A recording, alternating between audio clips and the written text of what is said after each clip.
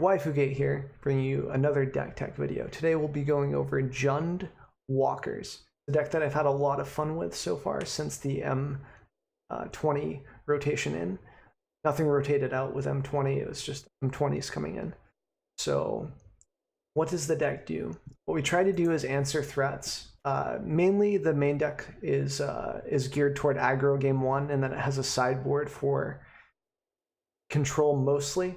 We'll get into the sideboard later, but you know, we have cast down cheap removal spells like Bedeck, and then we have Bedevils for planeswalkers. We've got contempts for planeswalkers and for phoenixes, stuff like that. And we've got sweepers, we've got Soot and Cry. So cast downs here, just because we like a lot of good answers, cheap answers to creatures, hits a lot of the meta right now.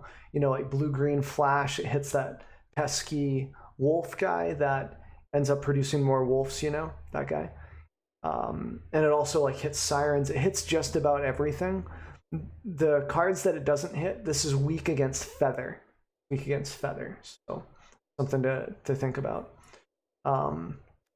And we've got Elder Spell. This is sort of a flex spot. You can run any other card in this spot pretty much, but I like it because we can use it to ramp up our planeswalkers, just make sure they stay alive, kind of. We don't have any huge ultimates to make use of it, but 2-for-1ing planeswalkers is always nice, and bringing up our planeswalkers' loyalty would be nice as well. And for Assassin's Trophy, it's really, really good in the meta right now. Answers anything, enchantments, artifacts, whatever you want.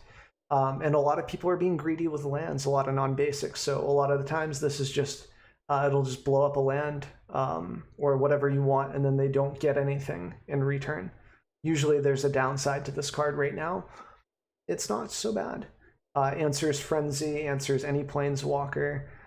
It's just really, really good, and it's cheap. It's 2 mana. So you can like lace this into turns where you want to like use Treasure Map to scry, Assassin's Trophy to blow up a planeswalker. It's just really, really nice to have. Treasure Map, it ramps us into Sarkhan sometimes. It's also synergetic with Karn and Shahili and stuff. Like there's just a lot of stuff that like everything kind of plays together. Like Shahili can copy Karn's -2 here. Like her 1/1 servo artifacts can become huge dudes. So it's just really nice synergy. It ends the game really, really fast. This deck, it's much like old like Jeskai Super Friends, where you just play a bunch of small planeswalkers here and there, and then you just punch your opponent with 4/4s. And then we also have Chandra. So Chandra is really, really good. So mainly why she's good is because she gains us life if we go interplanar early against red and such. Super nice. And we've got her 0 to make 2 elemental tokens, can swing in at planeswalkers. Can't really block, but it pressures like Teferi 3. It's pretty nice. Because if they use Teferi 3-, the elementals can just come down and kill Teferi. Nice, right? Perfect, because that's what we're afraid of, is we're afraid of Teferi bouncing our treasure maps and being super annoying. If you're afraid of Teferi kind of bouncing your treasure maps, you can run Bloodfast here, but it's not as good in other matchups aside from Esper. Might be more of a sideboard thing, but we'll work on that later. We'll get more into the sideboard stuff. Bedevil, super nice. Hits artifacts, creatures, and planeswalker. Unconditional creature too. As long as it doesn't have protection from black or red, you can hit any creature with this, and you can hit any planeswalker with it, and it's instant speed for 3 mana. So it's not too bad. We've got Soot, which is just a good board clear in the meta right now. Clears out a lot of the meta. Mono red pretty much sweeps everything in that deck. If you need to lace this in with something else like Cast Down on a Rekindling Phoenix into Soot, it's not too bad. Same thing with Cry, that can work for it. But just hits a lot of stuff right now. Soot clears out elementals pretty well. Hits lands like Nissa lands, for example. Boom, gone. Something that Cry can't do. So that's why I like having the 2/2 split here. You can add like another one if you have extra wild cards, or like you just feel like you want more sweepers to hedge yourself against control. Take out something like a Bedevil or whatever else, but you know, that's up to you. So far with the few games that I played, I crushed mono blue. Got it in 2 out of 3, which is nice because I'm working on best of 3 right now, and it felt good. And if a control deck feels good against mono blue, sample size of 1 best of 3 match, I know. But if it feels good, like you have a chance the whole time through against mono blue, it's a good sign, because normally that's control's weakness is mono blue, stuff like that, tempo. So that's why I kind of like it. And we've got Contempts here to deal with Planeswalkers and life and Rekindling Phoenix, and it's also some of our only life gain in the deck. Aside from Vraska Golgari Queen, we have no other life gain in the deck, and this is only 1 life per turn. This is 2, so it can kind of spike us out of like maybe a lightning strike. So it's kind of nice, and it hits any creature again as long as it doesn't have protection from black. Unconditional removals, really, really good, really versatile. And then we've got the Golgari Queen. She's a win con. Her -9 is probably our only target really for Elder Spell to go off with. And yeah, just -3, blow up anything with 3 or less, really good against Teferi 3. You know, Narset, anything that's bugging you, pretty much any Planeswalkers, just blows them up. Steamkin blows it up. Tempest blows it up. You know, it hits a lot of the meta right now, right? So it's just really, really nice. It also hits enchantments and artifacts. You see how versatile this is? You see the theme? Blow up anything, blow up anything. You know, it's just really, really nice. We want all of our cards to be doing 1 or 2 things. We've got Karn. We already kind of went over what he does with Shahili. Just it's a win con, -2, start making dudes, card advantage with a +1. Aside from Treasure Map, it's your only real source of card advantage. Aside from maybe Chandra -2ing, which can get you a card back, which is sort of like card advantage, but not really the same thing. Sarkhan, main win con. The +1 here, we can hit for 12 in 1 turn. It's super spiky. Like we can put our opponents on 2-turn clocks. So if Karn wasn't enough for you, Sarkhan comes in. And it kind of rhymes, right? That alliteration, the Karn, the Sarkhan. It's awesome. It's good. And then we've got Chandra here. So yeah, and -3 also can block flyers. It's super nice. You can block a Hydroid Crassus, whatever you need it to, pretty much, until you can answer it with like a cast down or whatever. It can stall out the board state if you need it to. Usually when he comes down, you -3 him to make a blocker, and then you start plussing the next turn, unless you already have Planeswalkers like Shahili or Sahili. Shahili is not how you really pronounce that, but it's fine. Or like Chandra, you know, if you have those, then you can +1 to put pressure on and to keep him healthy so he can't be swung at. That's also an option. And you've got Chandra here. She's also a win con, also a board wipe, so her -3 can come down. Since we don't really have creatures, it doesn't hurt us too much. It wipes out Sahili tokens, but that's fine.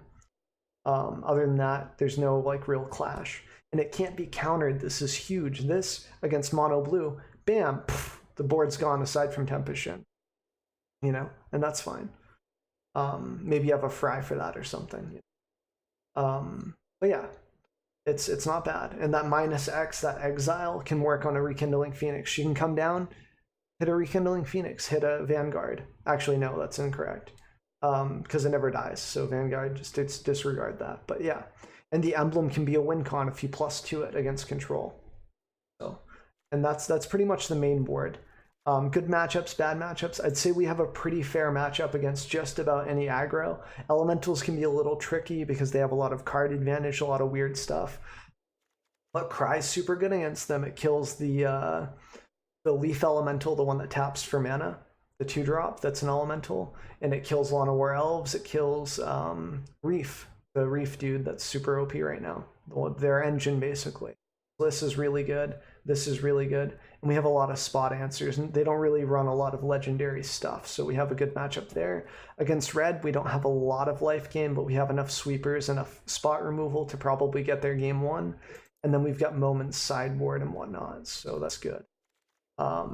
We have a pretty decent chance against control. Honestly, I think Nexus of Fate is our only really terrible matchup, and I don't even think we can win that like post-sideboarding. We have to hit them really, really hard and hope that we can just get there through duresses after the sideboard. And main board, like, maybe we have enough Elder Spells and removal for their Planeswalkers that Nissa can't really do anything. Maybe we soot some lands. It's going to be tough, though. It's still going to be tough. We're going to have to, it's going to be a nail biter every single time if we win or lose that matchup. We do have a lot of answers to what they want to do, but I think that's like one of our only really terrible matchups. Vampires, we should crush. What else is hot right now? Like, I don't even know. I think we pretty much have a good matchup against everything, aside from Nexus. We have a fair matchup. Esper will be tough with the bouncing of the treasure maps, but that's about it. In regards to sideboarding, so you've got Duresses, Veils, Noxious Grasps, Elder Spells, Fries. All of this is good against control. Fry is extremely good against that Simic tempo. Well, white or blue, so not really, I guess. Never mind. It's just mono blue for this, for the most part, and for some control matchups, it's pretty... kills Teferi 3 instantly. Not instantly, because it has to wait a turn, you know, it has to come back to your turn because you can't do instant speeds. Then you can do it, and then it's fine. But Veil is extremely good against mono blue as well as Esper. You can stop thought erasures, you can resolve your planeswalkers. A lot of pressure you can do. Moments are there for mono white, for vanguards, for example, anything that you can't kill straight up. It's pretty nice. You've got Duresses for control as well. These can be okay against mono red, but mono red I would probably just sideboard out some of our like big stuff and kind of go for like cheaper spells like moments and probably moments and Duresses, honestly, just to stop light up the stage and whatnot. Yeah, this also kills Teferi 5. It's true. Very good. Which is really, really strong. Also, if they sideboard in like creatures that are kind of annoying, like guard mages, just things that are pinging your planeswalkers or can ping you, you can just kill it, right? So that's kind of nice. Kills Thief of Sanity, for example. So it's pretty good. But yeah, so yeah, you've got a lot of sideboard options here. Mostly it's catered against control. This is extremely good against the stupid Ceratops. This thing, because can't be counter protection from blue. Well, guess what? This is a black card, and you are green or white. It's definitely a green card, so you just blow that up, gain some life. This can also be good against Esper because you can kill Teferis with it, which is really nice. You can't kill Thief of Sanity, which is a little rough, but that's fine. And this is also really good against Nissa. And how's it going, Chris? We're currently doing a video, but it's been good. This deck's been performing really well in best of 3. Well, it's pretty much the sideboard.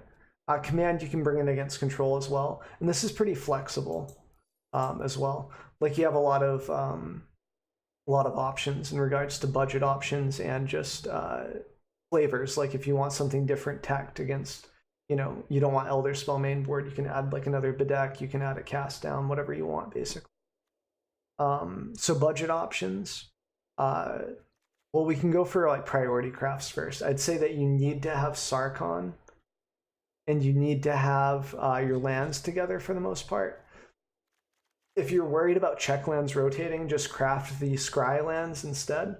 It's not quite as good because you can't cast stuff on curve, but it's still a rare land that will count for both lands, so it's decent.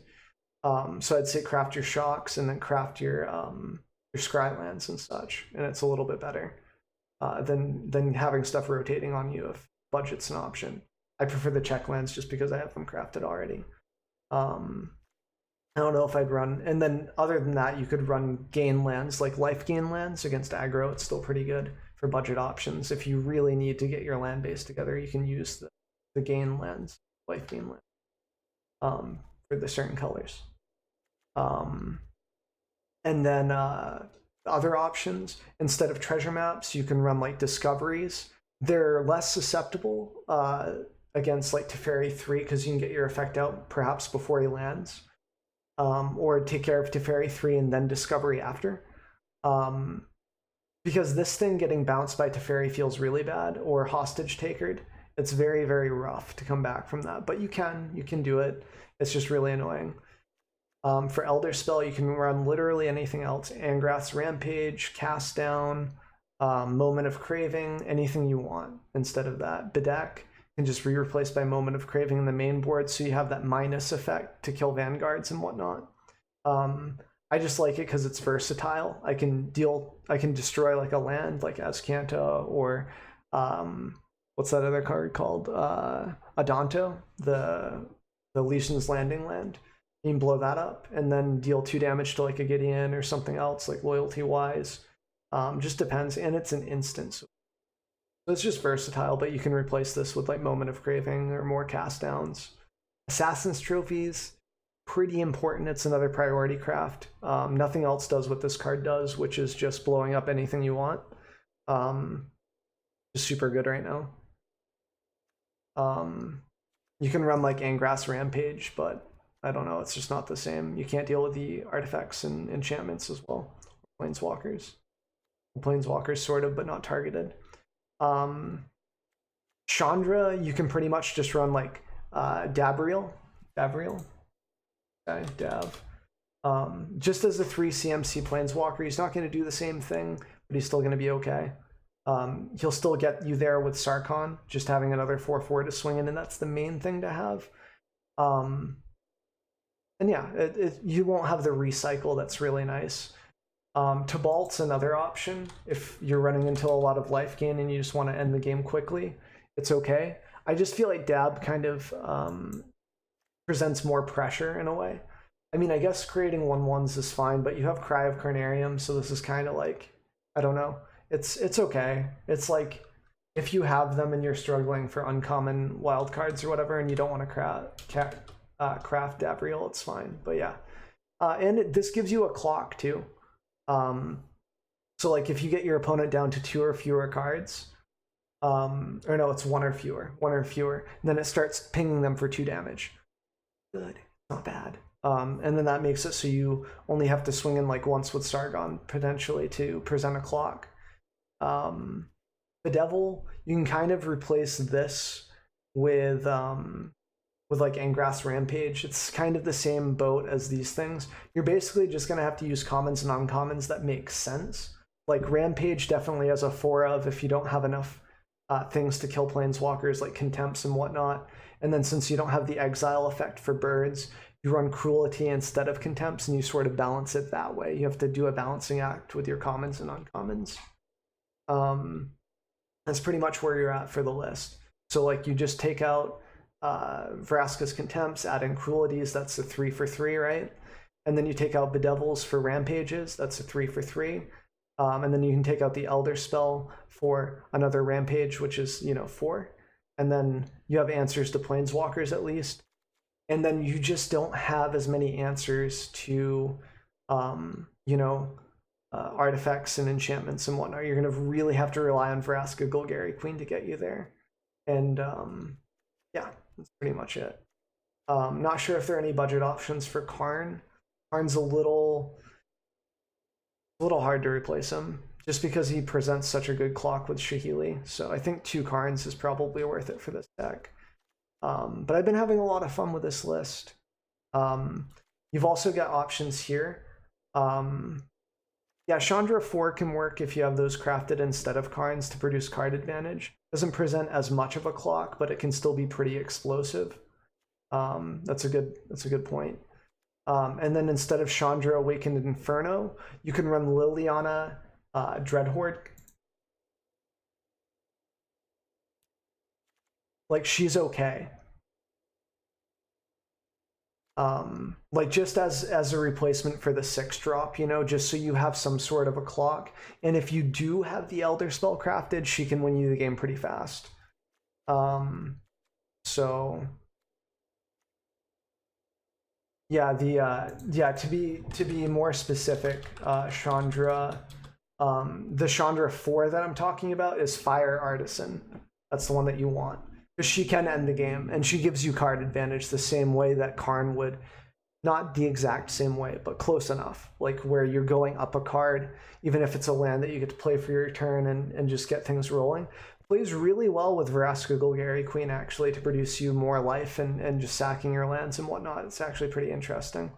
So that's a good option for Karn if you have these crafted and you don't have Karns, or you're low on mythics and not on rares, whatever the case may be. Options for Ritual of Soot. You kind of want these. You kind of want 2 of them, but if you absolutely don't have them, you can run like an extra cry and then like you know, or like 2 extra cries, whatever. It's just not going to be as good. Like I feel like 2 Rituals of Soot is really nice. You could also bump this up to 3, but we already went over that earlier. I think that almost covers everything for the most part. Like I said, I've been having a lot of fun with this. And there are lots of flex options in these colors. Like it's just insane right now, and it feels like a traditional control deck where you can respond with counter like stuff with Veil. I think this just pushes it over the top. I almost want to main board this card, but I just can't, you know. It just doesn't make a lot of sense. You go against red and you just hate it, you know. So you do have options. I'll be doing a more in-depth sideboard guide for the Aether Hub link that will be down below. I'll be showing like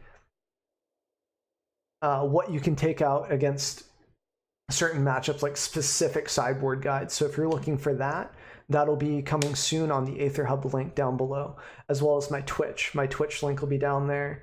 My profile for Aether Hub, everything, so you can find the links to what you need will be down in the description below.